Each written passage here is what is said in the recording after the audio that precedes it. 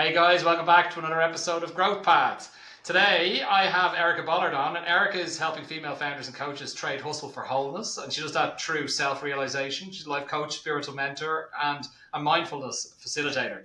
Some of her experience includes Director of Strategic Communication for the National Forum for Heart Disease and Stroke Prevention. She was an engagement manager at Our Health, head of marketing at Bitewell, and for the past 7 years and a half, she has been a coach and facilitator at Erica Ballard Co. So, Erica, really excited to have you on. We know each other through a mutual contact, Lindsay Chepcombe, who's also a friend of this podcast as well. So, Lindsay's been on before and also a very close friend of mine as well, personally. But great to have you. Thank you so much for being here. I'm excited about this conversation. Cool. Hey, look, tell me, not just a little bit, tell me about everything that you do. Yeah. Wow. Okay. Yeah. So I'll say I started out in wellness. So I started out in public health, and then I moved into wellness and nutrition. And so a lot of what I do still stems from that. So a lot of my work is working with high achievers, ambitious women who hit a point where they're like, oh, shoot, like I have this stuff and I'm unhappy. And so it's neuroscience, it's traditional coaching, it's getting their health in order, it's mindset, it's somatics, it's all of those things because they all work together to move you to a place where, like I say, I'm like the intersection of ambition and life enjoyment. Like if you want to be in that Venn diagram, that middle, I can help you do that. But we're not going to take the like atomic habits route there. Like, yeah, we'll build habits. Yeah, we'll do those things, but it's an overhaul. It's like a realignment. It's being who you were before all of the conditioning and programming. And so that's what I do. And it looks like everything I just mentioned. Plus I do, breathwork trainings, sound healings, all of the things that my Tufts medical background would laugh hysterically at. But this is where we are.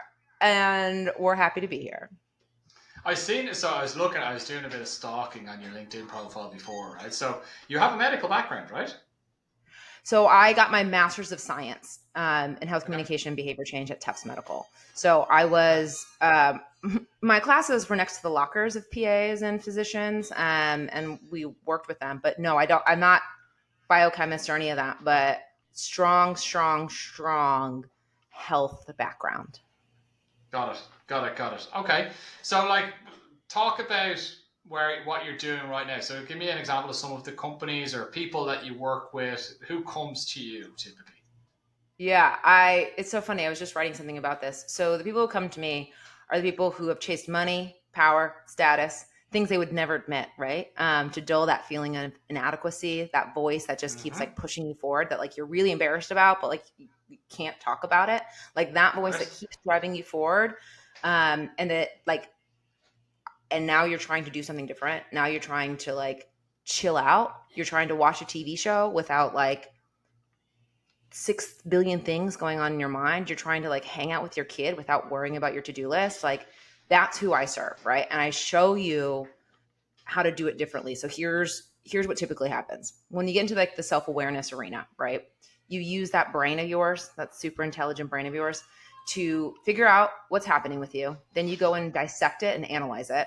And then you go search for a solution.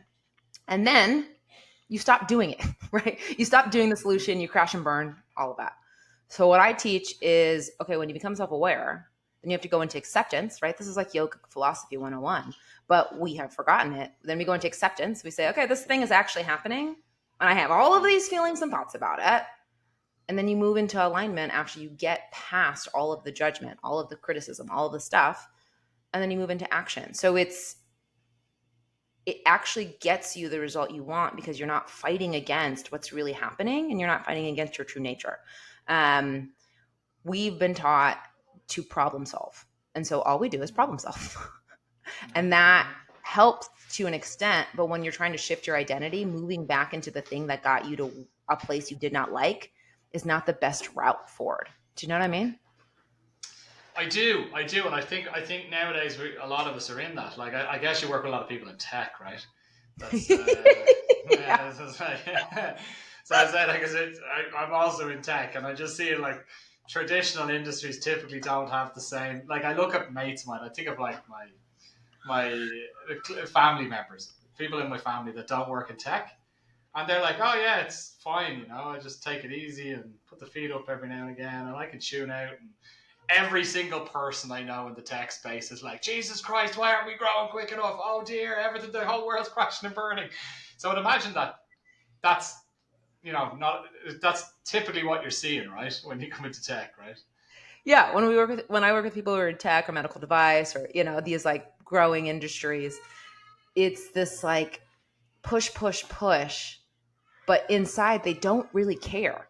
I don't know how to describe it, but I feel like anyone listening can understand. It's like, I gotta go, I gotta do this, but like I don't, but I have to, but I don't. And it's just this like Mm-hmm. weird cycle because there is a place, and I don't think we know this because we haven't really been taught it, but there's a place, right, where you can have ambition and trust. You could have ambition and let go. You could have ambition and be here now. We just haven't really seen it in a long time. And so we don't think it's possible. But the only way I think to really enjoy the fruits of your labor is to figure out how to be where your feet are planted. I also think as well, when it comes to tech, people are always looking at the end goal rather than the journey there. Like any tech founder that I talk to, tide's changing a little bit, but they're always talking about exit. Like that's always the thing that people are so focused on. It's like, oh, the exit's going to be this. I'm like, okay, well, the route to get there though is treacherous. Like, are you focused on that at all and how difficult that's going to be? Or like an exit's the way that you plan an exit, or the exit that you have planned is probably unlikely to the actual exit that you might actually see. Right? It's very rare that I meet somebody that's like, oh yeah, I wanted this to happen 10 years ago when I first started this business, and this is exactly what happened. It's like, it's never going to work that way. Instead, they're like, and they a lot of the time I also see them give themselves like a time frame. By 2030, this business needs to be sold for 300 million to Microsoft or whatever, or it needs to have an XYZ valuation and it needs to go IPO, right? Which is like it's completely crazy most of the time as well. The ambition, to go back to what you said, ambition, right? Ambition is great, but realism is also better. I would say, like, being realistic, and then also like, whatever happened to enjoying the journey? Like, and like being patient with it, right? Sorry, I'm having a rant. No, listen, I'm here for the rant. I'm just smiling because I'm like, that's it, right? When I started my career, I worked in President's Emergency Plan for AIDS Relief. So I worked in the government, and it was under George Bush, like he was in the administration, and the ambassador was a gay married male. All right, like just put that together. And the first day, or within the first week, I had a meeting with him, a meet and greet, and he said, Erica, if 10 years from now you hit your goal, you missed in the exact way that you thought you would, you missed all the opportunities along the way. Like at the time at 22, I couldn't get it. I was like, huh? But I want this. Now I'm like, that man, Mark Dybel, Ambassador Dybel, was so brilliant. Like, and I wish we understood that because he's a gay male ambassador under the Bush administration working on global HIV/AIDS. Like, it doesn't make sense, but here he is serving at the time the biggest public health initiative in the world. And to your point, it's because the journey is filled with opportunities. Mm-hmm.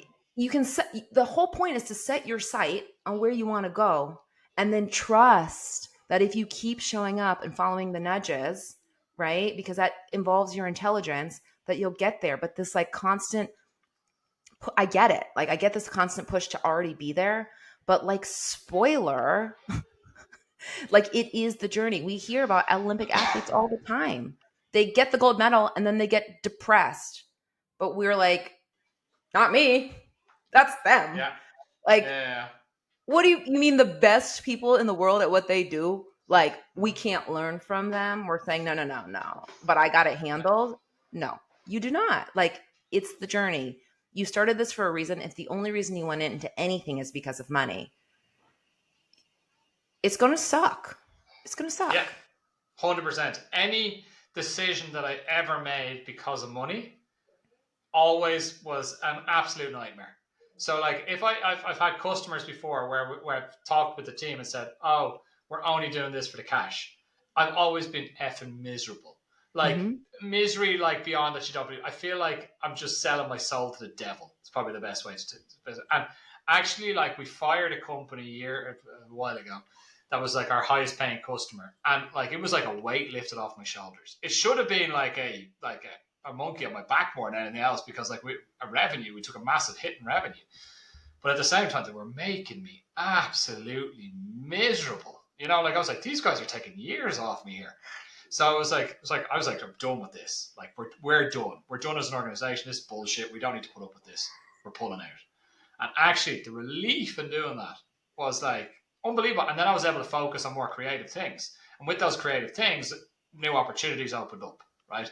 Those new opportunities, then we've plugged into those new opportunities. Something always comes along, you know. That's how life works, right? Yeah. But As long as, go ahead.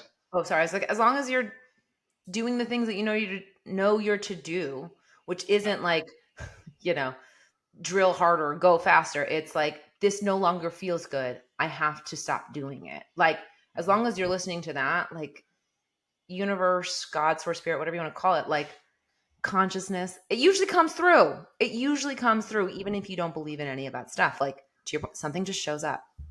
Yeah, yeah. It always works out in the end, right? Like that's how it is. It's like it's the anxiety far outweighs the reality normally. Like the anxiety is like, oh God, if I do this, it's gonna be like the whole world is gonna collapse around me, and so I'm gonna lose my house, and I'm gonna end up homeless, and like it starts to spiral, right?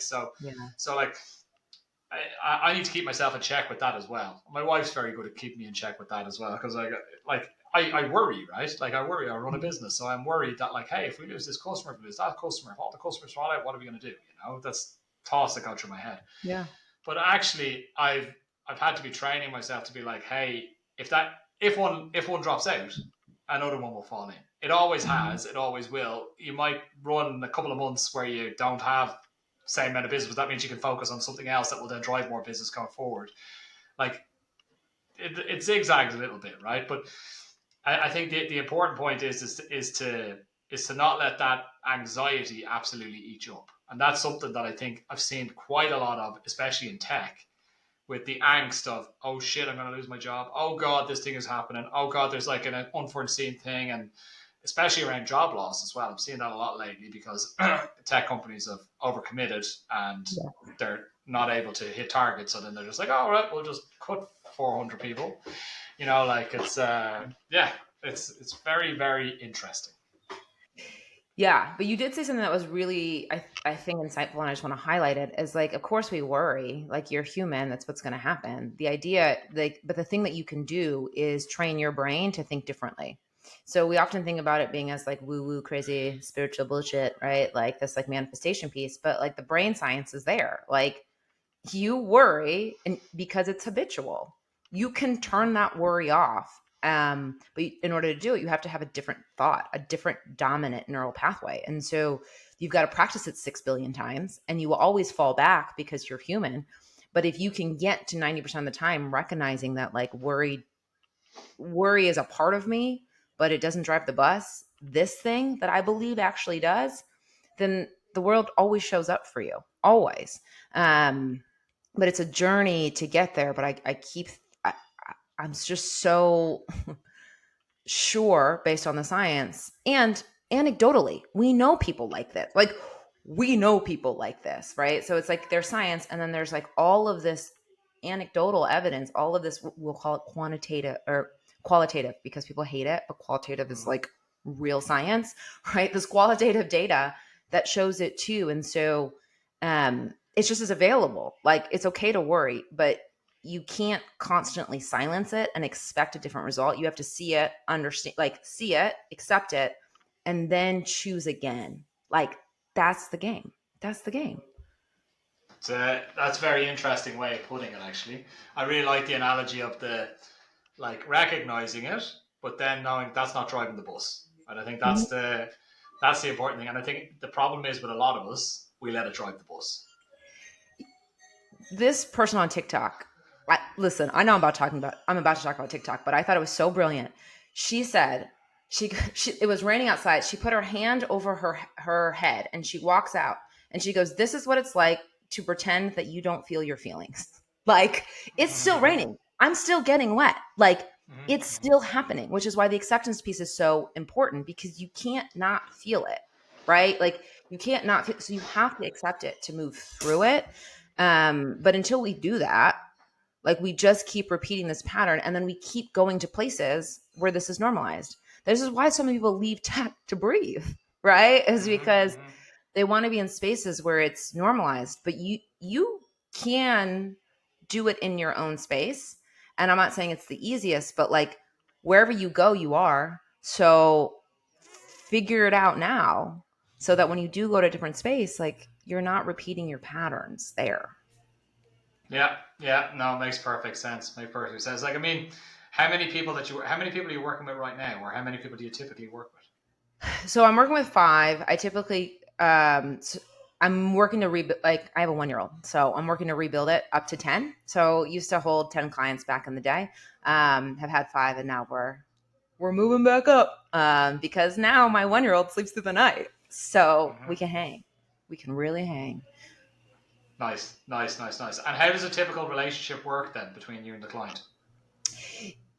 That's a great question. And I'm saying that because I've changed it. Like, traditional coaching model has usually been like, all right, we meet every single week, or we meet a couple times a month. And right now what I'm doing is a minimum of a couple times a month. And then it's up to you. If you need more help, call and we'll schedule it. You need, like, that's how we do it. So it looks like that. And then it's conversation in between, because this, like, you get the aha and then the work, the work happens after that. And so Mm-hmm. I work with them. I use Voxer or WhatsApp, talking, communicating, understanding what is all that's happening. So it's a session, homework, conversation, and then we meet as often as you need to in order to move yourself forward.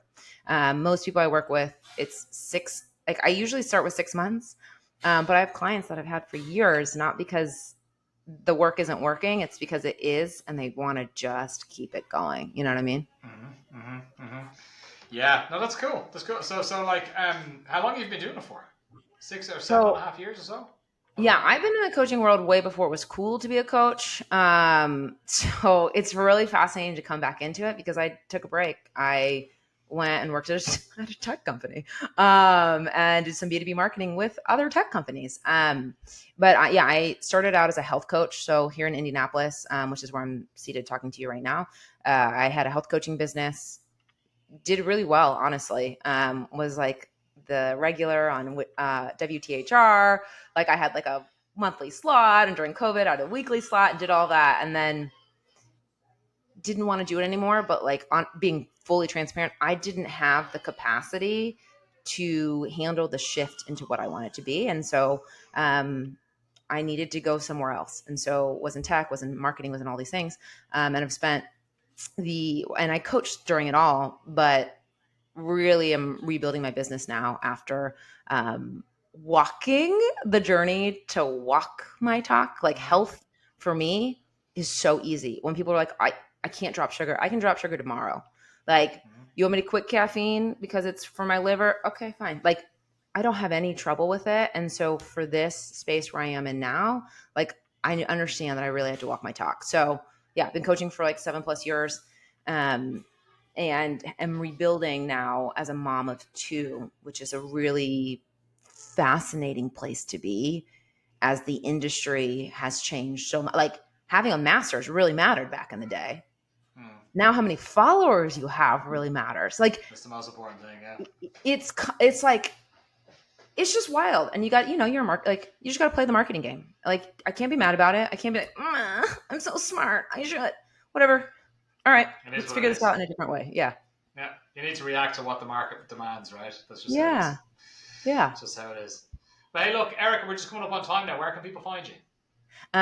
You can find me, I'm like on the internet. So ericaballard.co, but I'm very active on LinkedIn. So Erica Ballard. And then, as I just mentioned, I'm on TikTok at Erica Ballard _. So if you're there or on Instagram, you can find me at that handle. Very good. We'll make sure that everything is shared in the description of the episode. Thank you so much for coming on, Erica. Thank you so much for your time, especially with 2 kids running around as well. I appreciate it. It's not that easy to pull yourself away, but I really appreciate it. Thank you. Of course. Thank you. Sure. Guys, this has been another episode of Growth Paths. Tune in again next week for more great content. Thanks, Erica. Thank you.